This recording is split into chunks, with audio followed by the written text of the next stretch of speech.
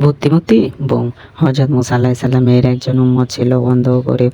তার কোনো ছেলে মেয়েও ছিল না। একবার সে মুসা আলাইহিস সালামের কাছে গিয়ে নিজের কথা খুলে বলল। তার অবস্থা ভালো হওয়ার জন্য আল্লাহর কাছে দোয়া করতে অনুরোধ করলো। মুসা আলাইহিস সালাম তাকে জানালেন, আল্লাহ তোমার যে কোনো একটি দোয়া কবুল করবেন। হয় তোমার চোখ ভালো হবে, না হয় তুমি ধনী হবে, অথবা তোমার ছেলে মেয়ে হবে। তুমি ঠিক করো তুমি কি দোয়া করবে। লোকটি চিন্তা করতে লাগলো, কোন দোয়া সে করবে, চোখ ভালো হওয়ার জন্য, ধনী হওয়ার জন্য, নাকি সন্তান পাওয়ার জন্য। লোকটি মুসা আলাইহিস সালামকে বলল, আল্লাহর নবী, আমাকে কিছু সময় দিন, আমি পরে এসে জানাবো। মুসা আলাইহিস সালাম তাকে সময় দিলেন। সে বাড়িতে চলে এলো। বাড়িতে এসে সে বউয়ের কাছে পরামর্শ চাইলো।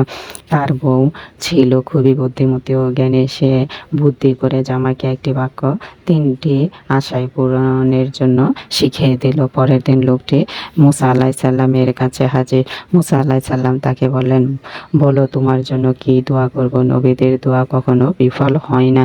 লোকটি বলল, আল্লাহর নবী, আমি ছাদের নিচে বসে আমার মেজো ছেলের বউয়ের হাতে রান্না করা খাবার নিজের চোখে দেখে খেতে চাই। মুসা আলাইহিস সালাম বুঝতে পারলেন লোকটির মাথা থেকে এত সুন্দর বুদ্ধির কথা বের হয়নি। তাই তিনি জিজ্ঞেস করলেন, কে তোমাকে এমন বাক্য শিখিয়ে দিয়েছে। কারণ এটি একটি বাক্যের মধ্যে তার চোখ ভালো হওয়ার কথা, একটি দুটি নয়, 3টি ছেলে সন্তানের বাবা হওয়ার কথা এবং ধনী হওয়ার কথা রয়েছে।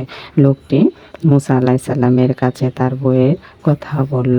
এবার মুসা আলাইহিস সালাম লোকটির জন্য আল্লাহর দরবারে দোয়া করলেন। আল্লাহ তাআলার নবী দুয়ার বরকতে লোকটি সব চাওয়া পূর্ণ করে দিলেন। শিক্ষা, লোকটির স্ত্রী ছিল জ্ঞানী ও বুদ্ধিমতী, তাই স্বামীকে একসঙ্গে 3টি দোয়া করার কথা শিখিয়ে দিতে পারলো।